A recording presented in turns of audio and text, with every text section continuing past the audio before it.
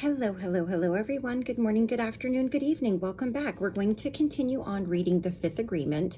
And in this video, we're going to start with our first agreement, which is to be impeccable with your word. And as I mentioned in my previous video, some of these agreements are longer than others. So I may have to break them up into two videos, but I am going to keep each agreement separate. I'm not going to start reading the next one in the video that contains the agreement that we're reading currently, just to keep it broken up. So if you want to listen to it one at a time, you certainly can. Okay, so this is chapter 4. We read the introduction. We read a chapter, we've read two chapters about a little bit about the Toltec, a little bit about how we are domesticated like animals. And when you think about it like that, we certainly are. I know the first time that I listened to the 4 agreements, I listened to it, someone was reading it on YouTube and I happened to find it. And I started listening to it and it was like a smack in the face. And being a mother myself, I realized I'm doing exactly the same things because it's what was taught to me. And I would like to break some of these generational things that we are so ingrained with and so embedded with. And my children are older, but they are still children. And so they're still malleable. They're still teachable in so many different ways. So I'm hoping that I can undo some of the things that I have done by teaching them and by being an example in so many ways. Because I certainly am not the same person that I was when I had my daughter, for sure, and when I had my son about 4 years later. Okay, every mind is a world. The second agreement, whoopsies, I went to the wrong one. The first agreement, the story of you. The first agreement, be impeccable with your word. For thousands of years, humans have tried to understand the universe, nature, and mainly human nature. It's amazing to observe humans in action all around the world, in all the different places and cultures that exist on this beautiful planet. Humans make a lot of effort to understand, but in doing so, we also make a lot of assumptions. As artists, we distort the truth and create the most amazing theories. And if you caught my previous video, he does say we are all artists. We are always creating our existence, our life experience. Everything that happens to us is because, along with divine, we co-create our lives. I would say that we have more say in what happens to us than God does. We create entire philosophies and the most amazing religions. We create stories and superstitions about everything, including ourselves. And this is exactly the main point. We create them. Humans are born with the power of creation, and we are constantly creating stories with the words that we learned. Every one of us uses the word to form our opinions, to express our point of view. Countless events are happening all around us, and using the attention, we have the capacity to pull all these events together in a story. We create the story of our own life, the story of our family, the story of our community, the story of our country, the story of humanity, the story of our entire world. Every one of us has a story that we share, a message that we deliver to ourselves and to everyone and everything around us. You were programmed to deliver a message, and the creation of that message is your greatest art. What is the message? Your life. With that message, you create mainly the story of you and then a story about everything you perceive. You create an entire virtual reality in your mind, and you live in that reality. When you think, you're thinking in your language, you're repeating in your mind all those symbols that mean something to you. You're giving yourself a message, and that message is the truth for you because you believe that it's the truth. The story of you is everything that you know about you. And when I say this, I'm talking to you. Knowledge, what you believe you are, not to you, the human, what you really are. As you can see, I make a distinction between you and you because one of you is real and one of you is not real. You, the physical human, are real. You are the truth. You, knowledge, you're not real. You're virtual. You only exist because of the agreements you made with yourself and with the other humans around you. You, knowledge, come from the symbols you hear in your head, from all the opinions of the people you love, the people you don't love, the people you know, and mostly the people you'll never know. Who is talking in your head? You make the assumption that it's you. But if you are the one who is talking, then who is listening? You, knowledge, are the one who is talking in your head, telling you what you are. You, the human, are listening, but you, the human, existed long before you had knowledge. You existed long before you understood all those symbols, before you learned to speak. And just like any child before he or she learns to speak, you were completely authentic. You didn't pretend to be what you are not. Without even knowing it, you trusted yourself completely. You loved yourself completely. Before you learned knowledge, you were totally free to be what you really are, because all those opinions and stories from other humans were not in your head already. Your mind is full of knowledge, but how are you using that knowledge? How are you using the word when it comes to describing yourself? When you look at yourself in a mirror, do you like what you see, or do you judge your body and use all those symbols to tell yourself lies? Is it really true that you are too short or too tall, too heavy or too thin? Is it really true that you are not beautiful? Is it really true that you're not perfect, just the way you are? Can you see all the judgments that you have about yourself? Every judgment is just an opinion. It's just a point of view. And that point of view wasn't there when you were born. Everything you think about yourself, everything you believe about yourself is because you learned it.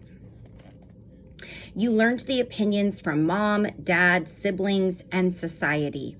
They sent all those images of how a body should look. They expressed all those opinions about the way you are, the way you are not, the way you should be. They delivered a message and you agreed with that message. And now you think so many things about what you are, but are they the truth? You see, the problem is not really knowledge. The problem is believing in a distortion of knowledge. And that is what we call a lie. What is the truth and what is the lie? What is real and what is virtual? Can you see the difference, or do you believe that voice in your head every time it speaks and distorts the truth, while assuring you that what you believe is what you really think you are? What you believe is the way things really are? Is it really true that you're not a good human and that you'll never be good enough? Is it really true that you don't deserve to be happy? Is it really true that you're not worthy of love? Remember when a tree was no longer just a tree? Once you learn a language, you interpret a tree and judge a tree according to everything that you know. That's when a tree becomes the beautiful tree, the ugly tree, the scary tree, the wonderful tree. Well, you do the same things with yourself. You interpret yourself and judge yourself according to everything that you know. That's when you become the good human, the bad human, the guilty one, the crazy one, the powerful one, the weak one, the beautiful one, the ugly one. You are what you believe you are. Then the first question is, what do you believe you are? If you use your awareness, you will see everything you believe, and this is how you live your life. Your life is totally dominated by the system of beliefs that you learned. Whatever you believe is creating the story that you're experiencing. Whatever you believe is creating the emotions that you're experiencing. And you may really want to believe that you are what you believe, but that image is completely false. It is not you.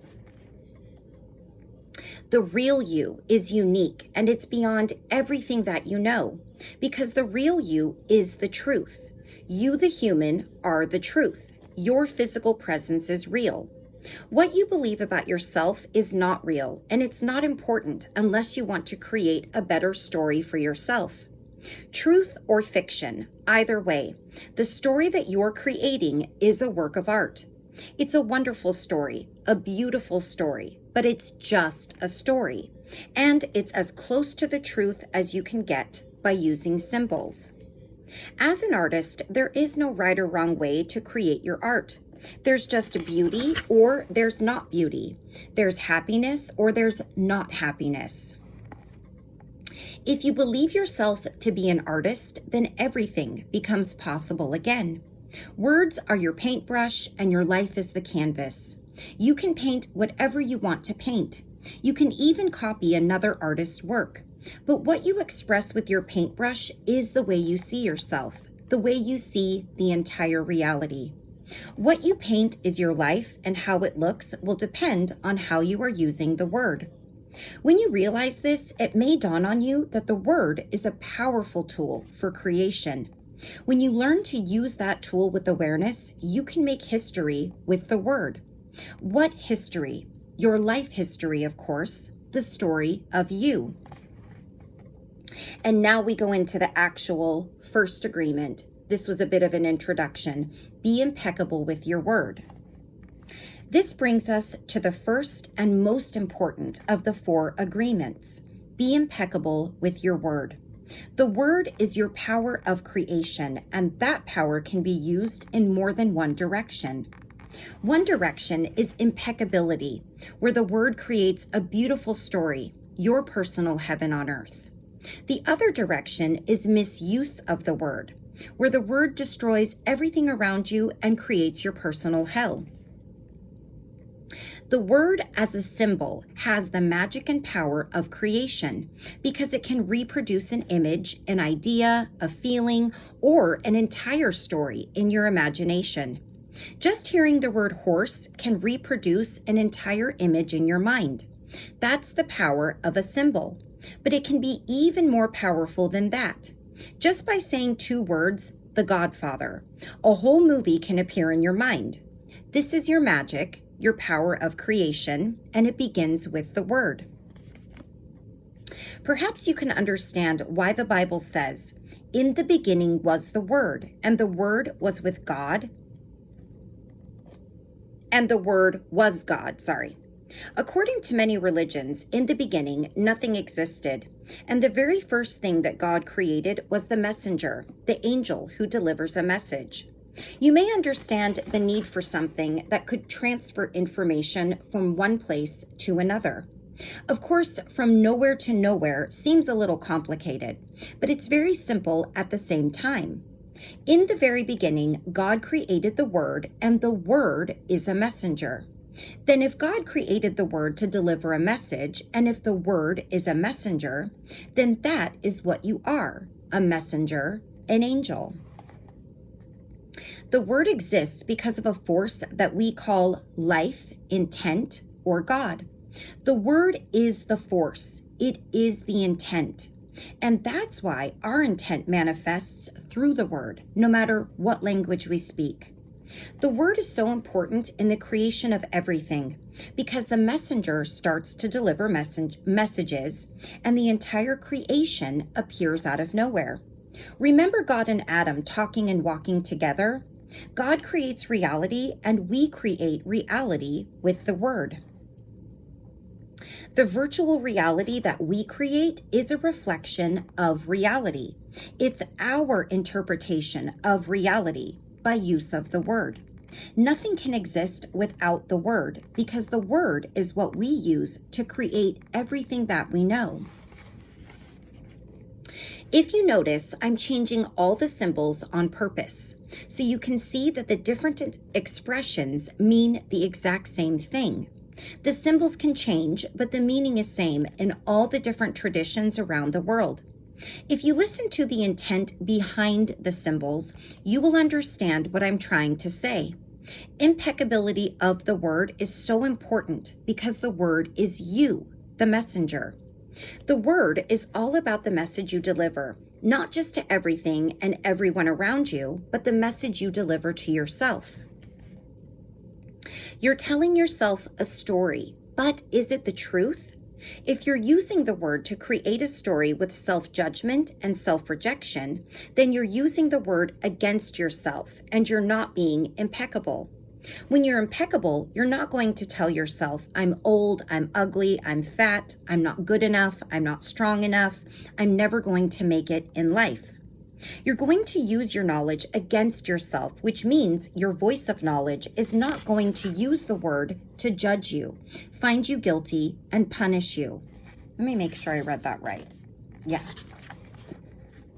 Your mind is so powerful that it perceives the story that you create. If you create self-judgment, you create inner conflict that's nothing but a nightmare. Your happiness is up to you, and it depends on how you use the word. If you get angry and use the word to send emotional poison to someone else, it appears that you're using the word against that person, but you're really using the word against yourself. That action is going to create a like reaction, and that person is going to go against you. If you insult someone, that person may even harm you in response.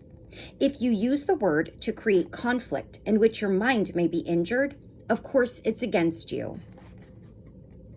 Be impeccable with your word really means never use the power of word against yourself.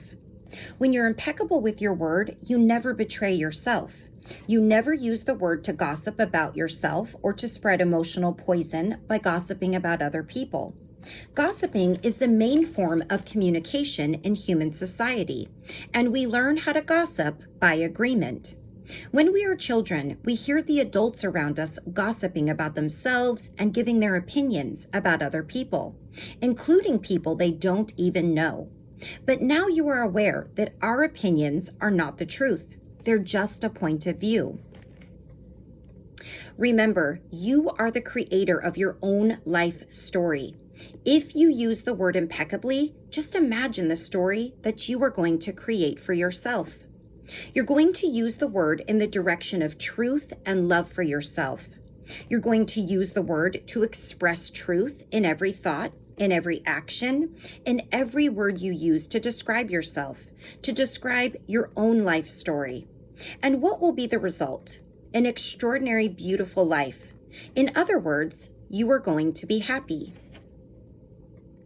As you can see, impeccability of the word goes much deeper than it seems. The word is pure magic, and when you adopt the first agreement, magic just happens in your life. Your intentions and desires come easily because there is no resistance. There is no fear. There is only love. You are at peace and you create a life of freedom and fulfillment in every way.